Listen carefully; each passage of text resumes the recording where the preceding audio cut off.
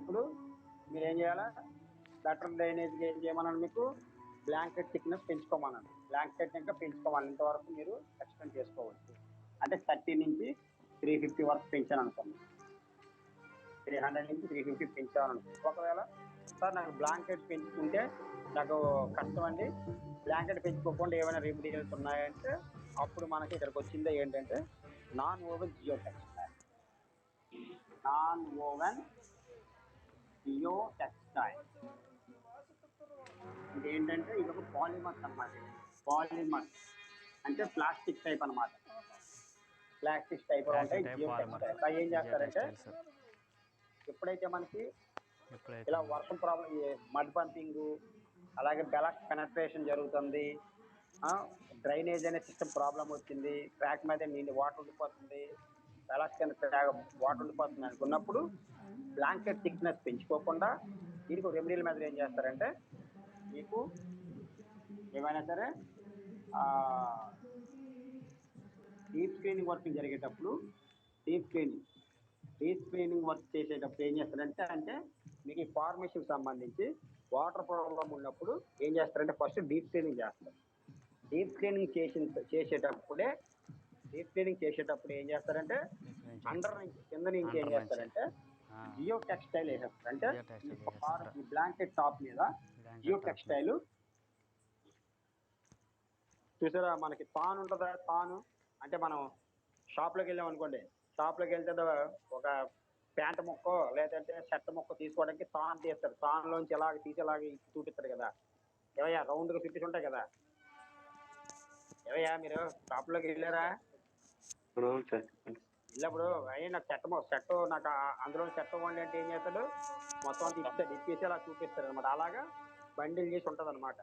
దాన్ని అలా పరుచుకుంటూ వెళ్ళిపోతారు ఫార్మేషన్ మీద. అంటే ఈ బ్లాంకెట్ టాప్ మీద అలా పరుచుకుంటూ వెళ్ళిపోతారు.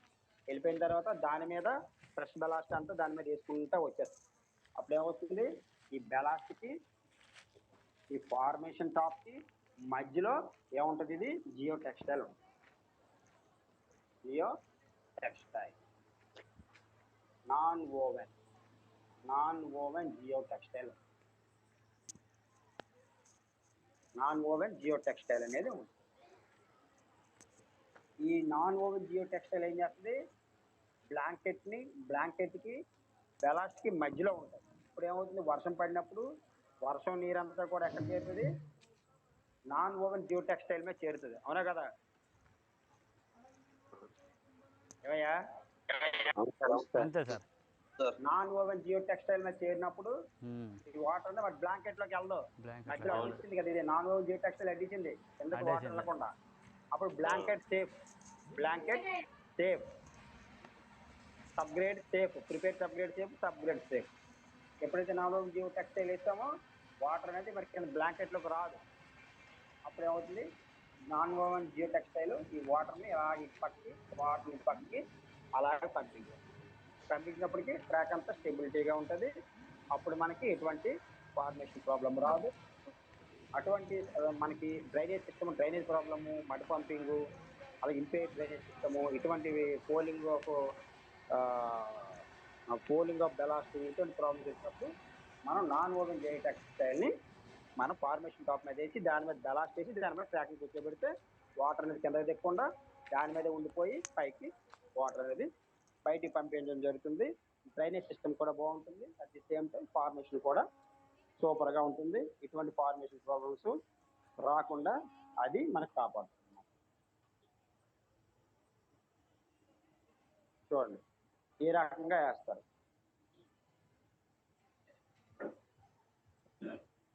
ఇవి నాన్ ఓవెన్ జియో టెక్స్టైల్స్ అంట. చూసారా, టార్పన్ లాగా ఉంది, అది దాన్ని పరిచేసి ఏం చేస్తారు, ఫార్మేషన్ ట్రీట్మెంట్ చేశారు అనుకోండి, ఫార్మేషన్ ట్రీట్మెంట్ చేసినా లేదంటే ఇంకో రకంగా చేస్తారు. ఇలా కాకుండా ఇలా ప్రాబ్లమ్స్ వస్తాయంటే ఏం చేస్తారు, బెలాస్ట్ అంతా పక్కకు తోసేసి దాని కిందనే ఫార్మేషన్ లెవెల్కి ఏం చేస్తున్నారు, అదే జియో టెక్స్టైల్ వేశారు. నాన్ ఓవెన్ జియో టెక్స్టైల్ వేసి దాని మీద బెలాస్ట్ చేస్తున్నారు. చూసారా, దాని మీద బెలాస్ట్ చేసి దాని మీద ట్రాక్ మళ్ళీ కట్ చేసేస్తారు. లేదు, ఇది ఒక రకమైన సిస్టమ్. అంటే కొంత దూరంలో ఉంటే ఒక 100 మీటర్లో 150 మీటర్లో ఉంటే ఈ రకంగా కట్ చేసి వేస్తారు. అలా కాకుండా మొత్తం ఎంటైర్ ఒక 5 కిలోమీటర్లు 10 కిలోమీటర్లు ఉంది అనుకో, అప్పుడు ఏం చేస్తాడు, డీప్ క్లీనింగ్ చేస్తాడు. డీప్ క్లీనింగ్ చేస్తూ ఉంటుంటే వెనకాల ఏం చేస్తాడంటే దీన్ని కప్పుకుంటా పోతాడు. నాన్ ఓవెన్ జియో టెక్స్టైల్ వేసేస్తే ఫస్ట్ బ్యాలెన్స్ అంతా నాన్ ఓవెన్ జియో టెక్స్టైల్ మీద పడిపోతుంది. అప్పుడు డ్రైనేజ్ సిస్టమ్ అనేది ట్రాక్ మీద డ్రైనేజ్ సిస్టమ్ అనేది గుడ్డిగా ఉంటుంది. వాటర్ అనేది ఈ సైడ్ ఆ సైడ్ ఎక్కడ కూడా వాటర్ అనేది స్టోరేజ్ లేకుండా ఎప్పటికప్పుడు వాటర్ పోతూ ఉంటే మనకి ట్రాక్ అనేది ఫిట్గా ఉంటుంది. ఇదే నాన్ ఓవెన్ జియో టెక్స్టైల్.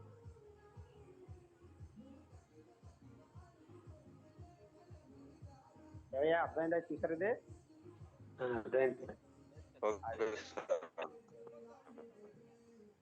ఏంటి?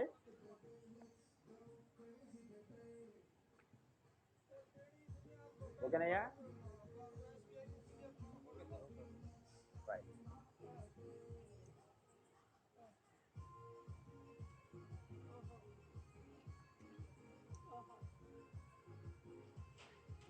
వేసిన తర్వాత ఈ రకంగా ఉంటుంది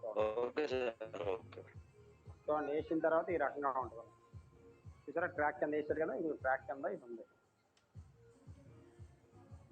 ఇదంతా కూడా ఇవ్వండి జియో టెక్స్టైల్ అలా వేసుకెళ్ళిపోయాడు. కనిపిస్తుందా సార్?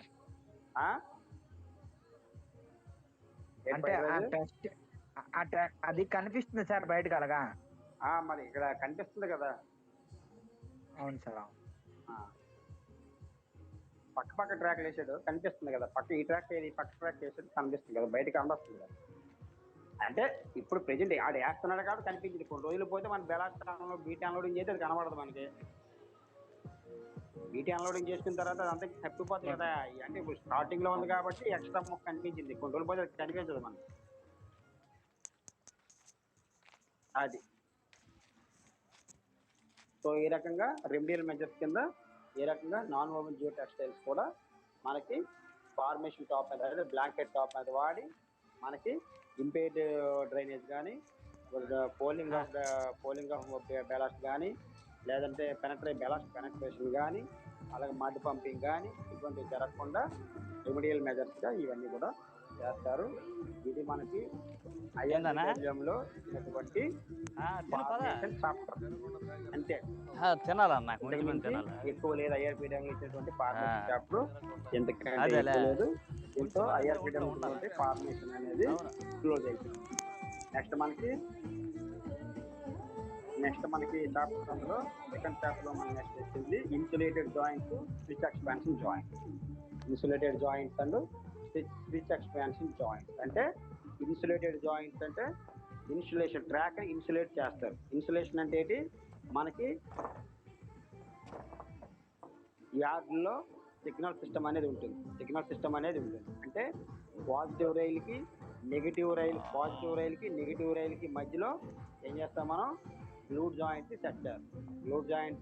సెట్ చేస్తాం. అంటే కరెంట్ అనేది పవర్ అనేది కరెంట్ అనేది కంటిన్యూటీ లేకుండా మధ్యలో మనం అడ్డుతాం. దాన్ని ఇన్సులేటర్స్ అంటాం. ఆ ఇన్సులేషన్స్ అనేవి మనం ఉపయోగిస్తాం ట్రాక్ సర్క్యూటెడ్ ఏరియాలో. మనం ఇన్సులేషన్స్ అనేవి ఉపయోగిస్తాం. ఆ ఇన్సులేషన్స్ అనేవి ఇన్సులేటెడ్ జాయింట్స్ అనేవి మనకి పాత ఒకటి ఉన్నాయి. ఇన్సులేటెడ్ జాయింట్స్ అవి మ్యాన్ మేడ్ అనమాట. మనం తయారు చేసుకునే ఇన్సులేటెడ్ జాయింట్స్ ఉన్నాయి. కొత్తగా వచ్చి ఏంటవి గ్లూడ్ జాయింట్స్ అంటాం అన్నమాట. ఇంతకుముందు ఇన్సులేటెడ్ జాయింట్స్ అవి మాన్యువల్గా తయారు చేసేవారు. తర్వాత నెక్స్ట్ మనకి ఇన్సులేటెడ్ జాయింట్స్ కాకపోతే గ్లూడ్ జాయింట్స్ అంటాం. గ్లూడ్ జాయింట్స్ అని మీకు అందరికి తెలుసు ఎలా ఉంటాయి. దాని లెంత్ 6.50 అంటే 6.5 మీటర్ల లెంత్ ఉంటుంది. గ్లూడ్ జాయింట్ మనకి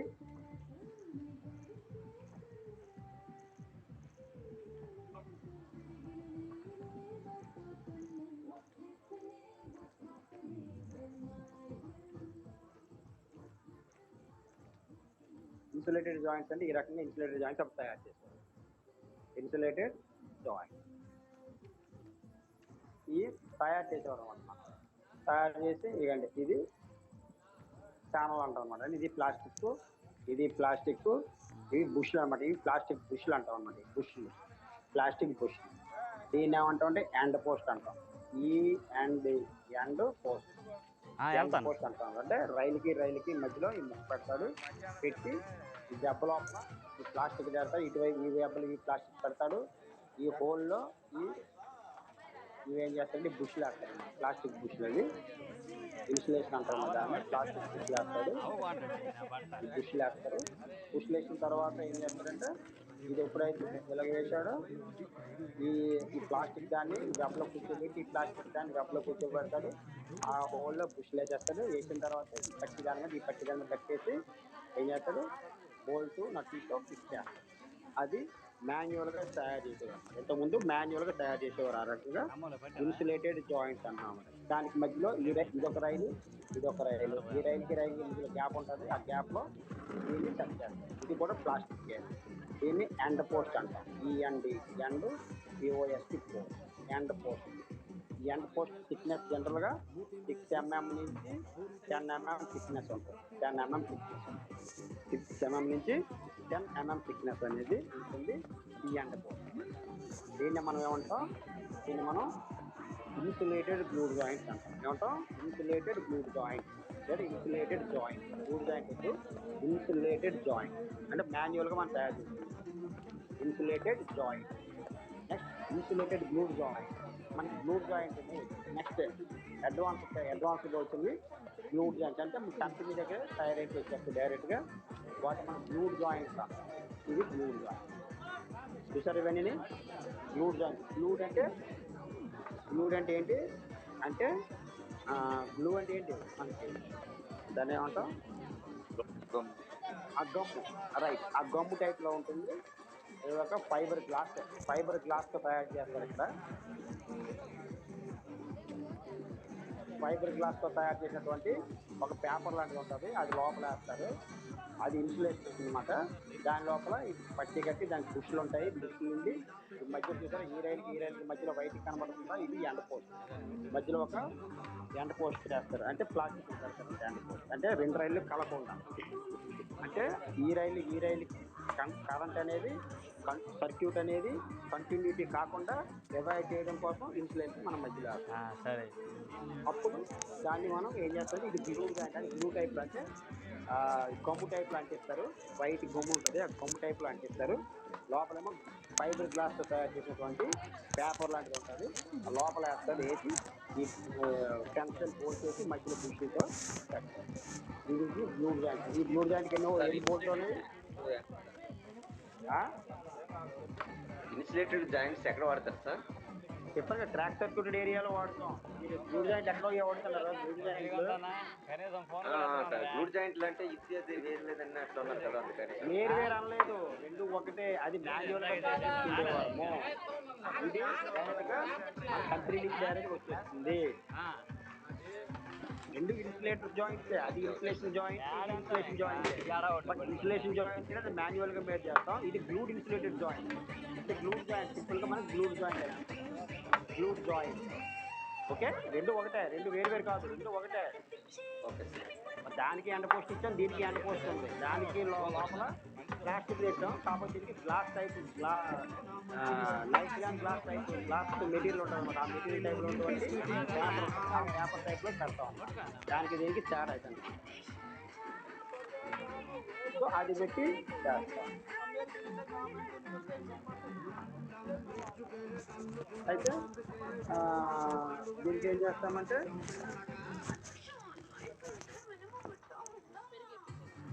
ఇప్పుడు ఇక్కడ దీనికి ఎన్ని బోల్ట్స్ ఉన్నాయి?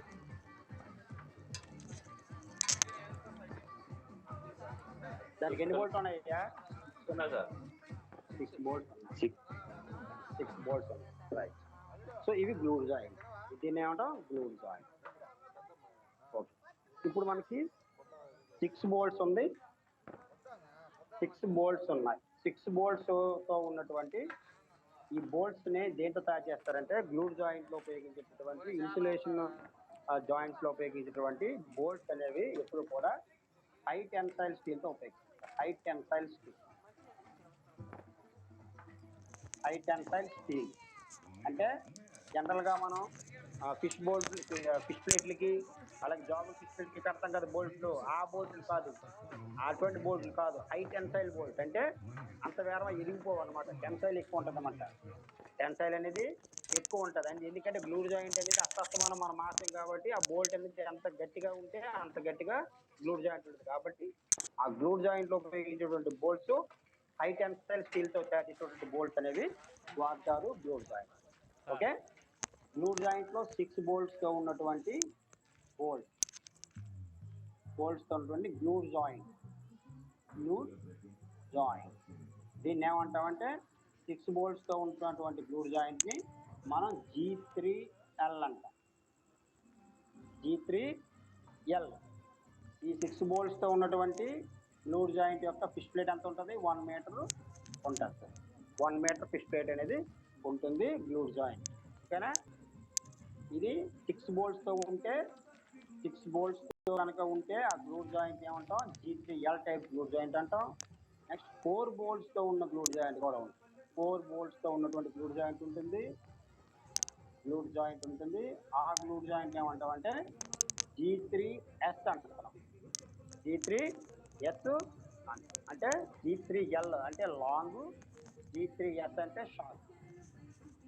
అంటే 4 బోల్ట్స్ తో ఉంటుంది. అంటే 610 mm ఫిష్ ప్లేట్ ఉంటుంది అన్నమాట. ఫిష్ ప్లేటు 610 mm లెంత్ ఉంటుంది. ఇక్కడ fish plate 1 metre length. So 6 బోల్ట్లు ఉన్నటువంటి గ్లూడ్ జాయింట్ అనేది G3L గ్లూడ్ జాయింట్ అంటాం. ఆ 4 బోల్ట్లతో ఉన్నటువంటి గ్లూడ్ జాయింట్ ని G3S టైప్ గ్లూడ్ జాయింట్. ఈ G3L టైప్ గ్లూడ్ జాయింట్ ని మనం LWR కానీ SWR లో కానీ వాడతాం. LWR, SWR లో వాడేటటువంటి మోస్ట్ ఇంపార్టెంట్ ప్రతి ఎగ్జామ్ అడిగేది LWR, CWR. LWR or CWR.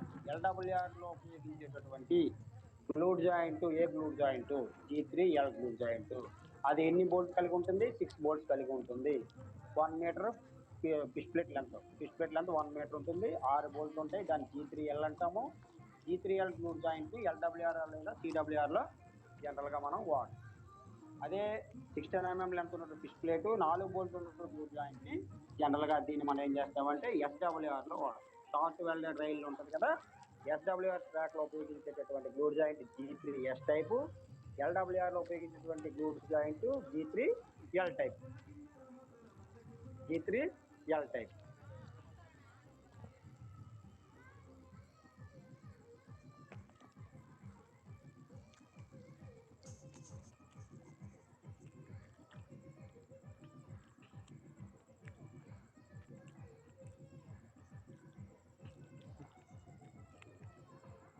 Most important ప్రతి ఎగ్జామ్ లో ఇవి అడిగాడు. ఓకేనా? అయితే మనకి